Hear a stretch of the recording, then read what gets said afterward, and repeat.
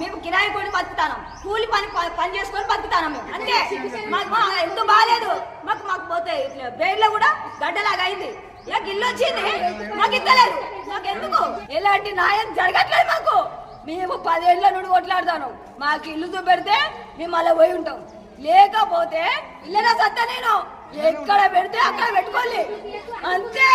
నేను న్యాయం జరిగేదానికి ఇళ్ళలో ఉంటా, నాకు వచ్చేదానిక అది. లేకపోతే సామంటే అత్త నేను పెట్రోల్ పోస్తుంది అత్త, ఈ ఇల్లు రాకపోతే మాత్రం. మరిన్ని వార్తల కోసం నా ఛానల్ని సబ్స్క్రైబ్ చేయండి, పక్కనే ఉన్న బెల్ ఐకాన్ని ప్రెస్ చేయండి, లైక్ చేయండి